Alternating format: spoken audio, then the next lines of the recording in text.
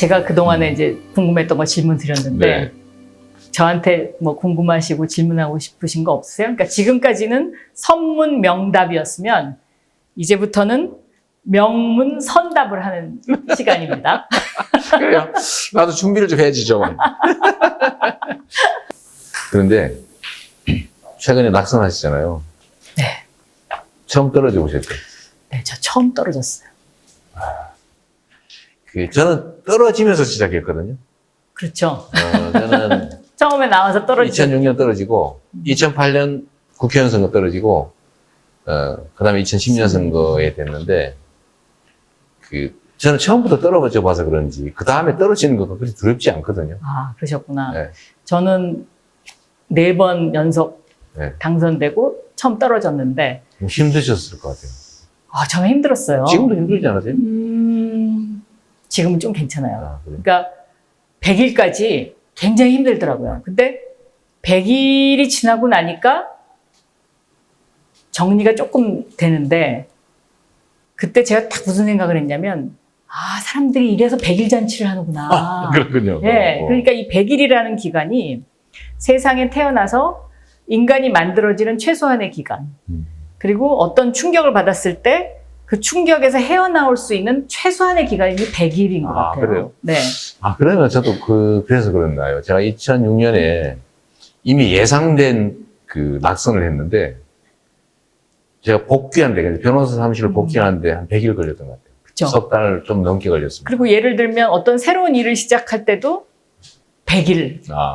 또 뭐 예를 들어서 뭐 대통령이 새로 돼서 뭘 발표할 때도 100일. 앞으로 100일 이렇게 하잖아요. 그래서 이게 다 이유가 있다는 거를 제가 이번에 느꼈습니다. 그렇군요. 네. 링컨은 낙선해보지 않은 사람을 중용하지 않았다.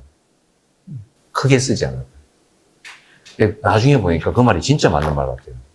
선거를 쉽게 당선된 사람들은 국민이 무서운 줄 잘 모릅니다. 그 말은 맞습니다. 네. 네. 저는 뭐 떨어져 보기도 하고, 많이 그래서 그런지, 진짜 국민이 무섭거든요. 근데 쉽게 당선되고 낙선해보지 않으면, 아닐 가능성이 있어 보여요. 교만해질 가능성이 많은 것 같습니다. 저는 그 말에 동의합니다. 큰약 되실 것 같은데. 아니, 한 번도 안 들어보시죠? 있으니까. 그러니까 치열한 경쟁 속에서 그러니까 꽃도 그렇잖아요. 네. 야생화가 훨씬 이쁘잖아요. 질리지 네. 않죠. 네. 요즘은 제가 이제 선거 구호를 준비하잖아요. 네. 근데 제가 사실은 이재명은 합니다. 박영선은 합니다. 맞아요. 그거 비슷하다 그러세요. 비슷하죠. 네. 제가 원래 이재명은 합니다를 시장 선거 때부터 쓴 거예요. 그러셨더라고. 네, 보니까 네, 아니 네. 누가 저한테 네. 이거 이재명 후보가 카피했어. 그래서 내가 네, 찾아봤어요. 근데 책이 있더라고요. 네. 네, 책도 아예 있고 제목대로 된 책도 있고 네. 구호는 시장 선거 때부터 썼기 때문에 아주 오래된 건데 저작권 원래 저한테 있는 거예요. 사람들이 저는 그건 몰랐어요. 그러니까. 근데 이번에 또 참 공통점이 많은데 제가 이번에 이제 구호를 정했는데 이재명은 합니다를 원래 쓰던 거니까 내가 당연히 그 의미가 있거든요. 남들은 저는 이제 못해도 합니다, 이재명은 합니다. 박영선. 네, 합니다. 근데 제가 대한민국 대전한 이재명은 합니다. 얘한테 누가 나중에 발견해서 이거 박영선 의원이 쓰는 거 맞아요. 똑같다는 거예요. 네. 그래서 대한민국 대전은 이재명은 합니다. 너무 좋은데 이것도 뺏겼다. 합니다. 이럴까봐. 대전한 대한민국 이재명은 합니다. 그걸 하다가 도저히 안 되겠다. 새로운 대한민국 이재명을 합니다로 갔는데 사실은 대한민국 대전한 이재명을 합니다. 딱 좋거든요. 이번 기회에 저작권 좀 허용을 해주시는 게 어떨지. 그럼 서로 비긴 거네요. 비긴 거죠. 네. 제가 중소벤처기업부 장관 할 때는 디지털 경제로의 대전환. 대전을 많이 쓰죠. 네, 이렇게 썼고요. 스마트 대한민국. 이게 이제 저희 캐치플레이 중에 하나였고, 작은 것을 연결하는 강한 힘. 이제 이거 하고요. 그 다음에 이제 서울시장 선거 나가서는 서울시 대전환. 이렇게 썼죠. 대전환. 네. 그러니까 너무 생각이 많이 일치하는 것 같아요. 저 사실은 근데 쓰신 거는 모르고 저 나름대로 막 연구해가지고 대한민국 대상 이재명 대표가 딱 이러는데 그러셨구나. 박영선 후보의 네. 그 캐치포인트가 똑같은데. 네. 제가 쓴 책, 그 책 좀 한번 줘보실래요? 네, 네. 그 제가 이 박영선과 서평도 대전아 했는데, 이게 서평도 써주셨잖아요. 네, 네. 이거 그때 제가 사실은 참 감사했는데 고맙단 말도 제대로 못 드렸어요. 네. 글쎄요, 바빠서. 예. 이 내용 중에 프로토콜 경제라는 말이 있던데. 맞습니다. 네, 네. 그게 이제 제가 아마도 그 시장 선거에 안 나가고 중기부 장관을 계속 했으면 네, 네. 올 한 해 계속 이 테마로 가려고 했어요. 사실은 프로토콜 경제. 그러니까 왜 프로토콜 경제냐? 우리가 지금 다 플랫폼 경제 사회에 네, 살잖아요. 그러니까 강자만 살아남지 않습니까? 그렇습니다. 네. 그래서 함께 살아가는 세상. 이것도 또 말하고 보니까 그건 비슷하네. 제가 왜 다른 얘기? 네. 함께 사는 세상. 네. 대동세상. 예. 그래서 프로토콜, 규칙을 정해서 네. 플랫폼이라는 데 모여 있는 모든 사람들이 함께 이것을 공유하면서 이득도 좀 서로 나누고. 그러니까 예를 들면 우버 같은 거죠. 네. 그러니까 이제 우버가 하다 보니까 실제로 고생하는 사람은 운전하는 사람인데, 그렇죠? 택시 운전을 하는 사람인데 이것이 주식시장에 상장이 되고 나니까 그 혜택은 운전하는 사람한테는 하나도 안 돌아가고 주주한테만 가니까 우리 그렇게 하지 말자. 처음부터 프로토콜, 그러니까 규칙을 정해서 만약에 이것이 앞으로 잘 될 경우에 운전하는 사람에게도 일정 부분 혜택이 돌아가게 하자. 관계자 모두에게. 그렇습니다. 이게 바로 프로토콜 경제입니다. 네. 제가 그 지향하는 세상하고 너무 똑같은 거예요. 그렇죠. 네. 함께 사는 세상. 네. 제가 언제나 얘기하는. 그다음에 대동세상. 함께 존중하고 살아가는. 네. 근데 이제 예를 들어서 문재인 대통령, 문재인 정부는 디지털 경제에 인프라를 깔았다. 이렇게 이야기할 수 있을 것 같아요. 예를 들어서 김대중 대통령은 대한민국 IT 대한민국에 인프라를 깔았다. 그리고 노무현 대통령은 이것을 발전시켰다. 네. 전자정부를 만들어서. 만약에 이재명 후보가 대통령이 된다면 어떤 경제, 어떤 세상을 하시고 싶으세요? 지금 이제 디지털 전환 또는 디지털 인프라 구축, 이 문제는 사실은 이미 해오던 거를 당연히 계속 이어서 해야 되고요. 여기 저는 이제 하나 더 하고 싶은 게 이제 신재생 에너지로의 전환, 소위 에너지 대응 전환. 기후위기 대응이 우리 시대의 주요 과제로 추가되지 않습니까? 그래서 저는 그 에너지 대전환의 인프라 구축을 하고 싶어요. 그러니까 핵심적으로는, 인프라, 예를 들면 대송전망 구축과 같은 이제 재생에너지 인프라 구축. 이게 1번이 될 테고, 두 번째는 사실 미래인재 양성을 해야 되잖아요. 네. 미래인재 양성을 위해서는 교육 혁신을 해야 되는데, 거기는 사실은 상당한 투자가 필요하죠. 그러니까 미래인재 양성을 위한 교육 혁신 투자. 세 번째 또 하나 주력해야 될 게, 첨단 과학 기술 또는 기초 과학 기술 부분은 기업들이 할 수 없는 거잖아요. 근데 꼭 해야 될 부분인데, 기초 첨단 과학 기술 투자. 여기도 이제 정부 역할이 필요하고, 이제 마지막으로는 신산업, 산업 전환을 이뤄내려면 기업들의 자유로운 창의 공간이 필요한데, 그게 이제 규제로부터 자유로워야 되거든요. 그래서 이거를 지금까지 포지티브 규제에서 뭐만 해라 해서 이거 빼고는 아무거나 해라. 그리고 이제 네거티브 규제로 바꿔야 된다. 규제 합리화. 이걸 통해서 좀 우리가 위기를 기회로 좀 만들어 가야 되겠다고 생각하죠.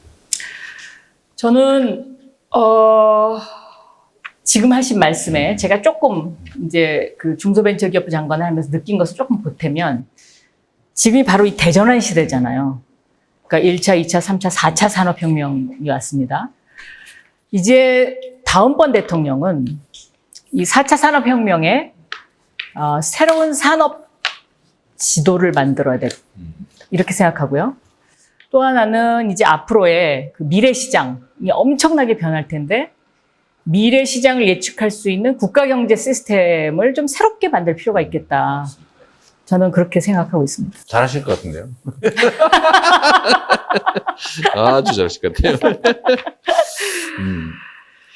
요새 그 페이스북 계속 쓰고 계신 거죠? 시작한 지 100일 지나면서 시작했습니다. 네. 우연히 서울은? 우연히 서울을. 우연히 네, 서울. 네, 네. 근데 그 중에 재밌는 표현들이 좀 있긴 한 것 같아요. 네. 그, 남들이 보지 못하는 다른 그 이면을 보자. 그 페이지. 네. 그냥 제가 이제 그 시작한 이유는 똑같은 시간이 똑같이 지나가지만 내가 이것을 사진에 찍어서 글을 쓰게 되면 좀 더 많은 분들이 공감하면서 뭔가 변모할 수 있지 않을까 하는 그런 생각을 해서 시작했습니다. 네. 네. 그, 사실은 이제 다 양지 쪽, 밝은 쪽만 보이지만 사실 그만큼 음지 쪽, 안 보이는 쪽이 있잖아요. 그죠? 맞습니다. 네. 사실은 그 안 보이는 쪽이 더 중요할 때가 많죠. 그렇습니다. 그런 거 좀 많이 봐주세요. 그게 이제 이재명 후보의 어떤 브랜드이기도 합니다. 네, 제가 그럼요. 보기에는 네. 남들이 못 보는 어두운 곳을 보시는 그 통찰력? 통찰 얘기하면 너무 조금 과한가요? 과한 네. 표현이시고, 네. 그거보다는 이제 어두운 것을 보려는 노력이죠. 노력. 네, 그래. 노력이 적당하겠네요. 놓치지 않으려는 노력. 놓치지 않으려는 노력. 네. 그 표현이 제일 적당한 네. 것 같습니다. 그래서 사람들이 굉장히 좀 제가 생각했던 것보다 호응이 있습니다. 그래서 우연히 서울 그룹도 만들었습니다. 거기 그러세요? 가입해 주세요. 아, 알겠습니다. 페이스북에? 페이스북에. 페이스북 그룹으로 알겠습니다. 네. 네. 그럼 기대하겠습니다. 초대해 주세요. 알겠습니다. 강제 가입을 허용합니다. 예, 초대하겠습니다. 왜냐면 친구 관계이기 때문에 네. 가능합니다. 불러서. 네, 알겠습니다. 네. 네. 네. 아주 그 100일이 지나서 네. 활력을 되찾으신 것 같아서 보기 좋습니다.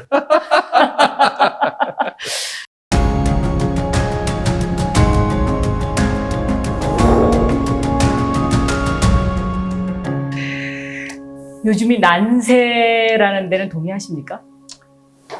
그렇죠. 실제로는 대격변기 같습니다. 그렇죠. 네. 저도 그렇게 느껴요.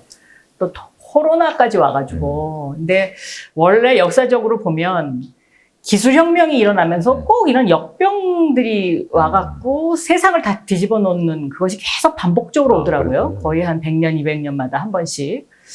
그런데 이제 흔히들 난세에 영웅 난다. 이런 이야기도 많이 하잖아요. 제가 이 말씀을 드리는 이유는 경제가 좋으면 사실 혁신 기술이 인정받기 힘듭니다. 그렇죠. 네. 필요가 없죠. 네. 별로 중요하지도 네. 않고 잘 나가는데 뭐. 그래서 혁신 기술이 기존의 어떤 기득권의 관계의 힘을 이기기가 굉장히 힘들어요. 그렇죠. 네. 근데 저는 정치도 마찬가지다라고 음, 생각합니다. 그런 것 같네요. 누구 말씀 듣고 보니까. 우리 장관님 얘기하는 것 같기도 하고. 누구 얘기하시는지 네. 눈치채셨어요? 네. 저도 사실은 똑같은 생각을 하니까요. 네. 그러니까 이게 평시에는 사실 정치는 체감되지 않아야 돼요. 체감되기 어렵죠. 귀찮은 정치일 수 있습니다. 네. 정상적이고, 평화롭고, 안정적일 때. 근데 위기의 시기, 위험한 때. 이럴 때는 사실은 정치에 대한 체감도가 올라가죠. 그렇습니다. 네. 네. 그다음 정치가 해야 될 역할이 커지고요.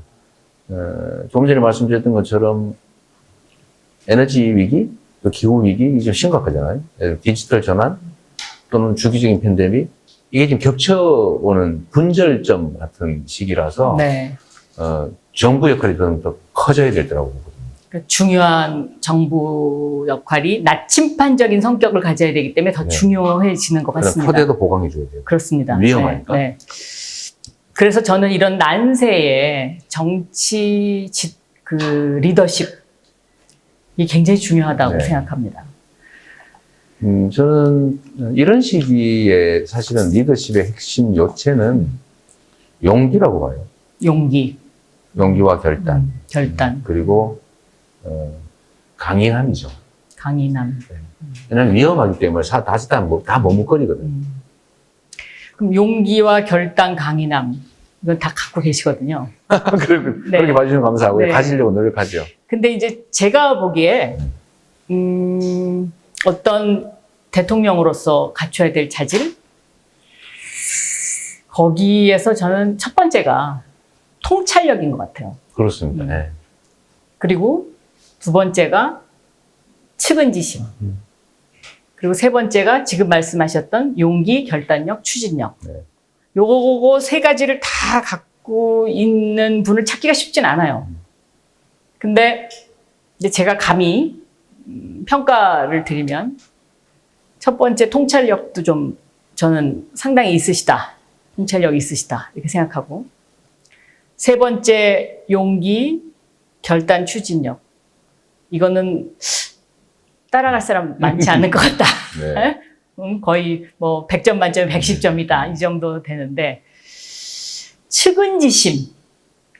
이 부분에 있어서 측은지심이 이제 곧 불쌍히 여기는 마음, 가엽게 여기는 마음, 이거지 않습니까? 존중, 연대. 존중. 네. 그러니까 이제 인간의 기본적인 어떤 인의 예지 중에 그러니까 이 인이라는 게 사랑하는 마음, 또 감성적인 마음, 이제 이런 건데 이제 과연 이 측은지심이 얼만큼 측은지심을 가지고 있느냐. 또 측은지심이 너무 많아도 안 돼요. 그러니까 이게 이제 균형 감각을 갖고 있는 측은지심이 있어야 되는데 여기에 대해서 꼭 한마디 듣고 싶습니다. 한 말씀. 네. 정치의 본질은 네, 아까 말씀드렸던 것처럼 대동세상을 만드는 거죠. 함께 사는 세상을. 그리고 그 과정은 사실은 억강부약이어야 된다. 이게 제 신념입니다.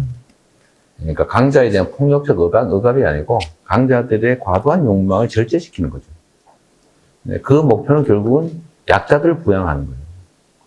다수의 약자들이 숨 쉴 수 있는 공간을 만드는 거죠. 그게 측은지심의 핵심이죠.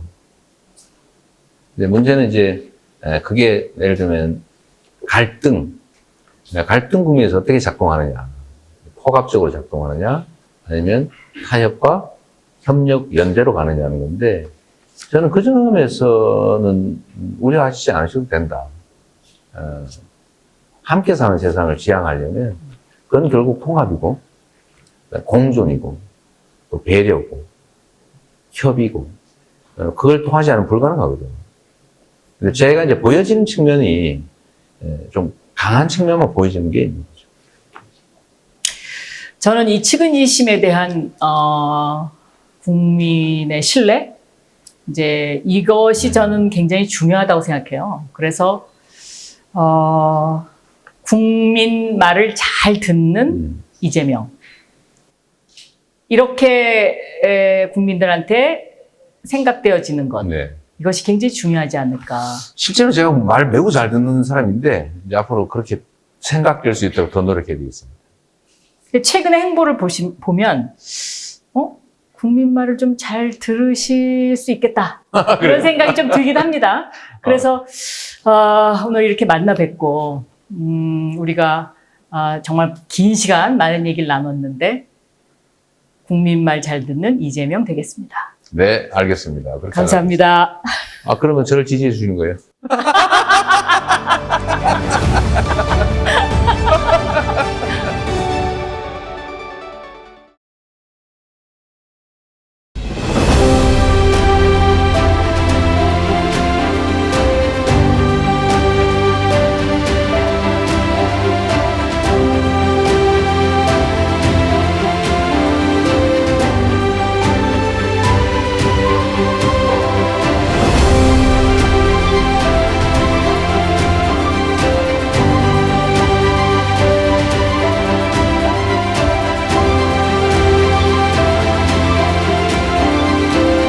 자, 이제는 손잡고 같이 가는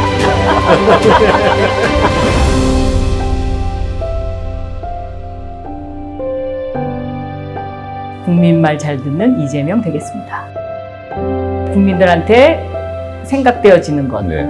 이것이 굉장히 중요하지 않을까. 실제로 제가 말 매우 잘 듣는 사람인데 이제 앞으로 그렇게 생각될 수 있도록 더 노력해야 되겠습니다.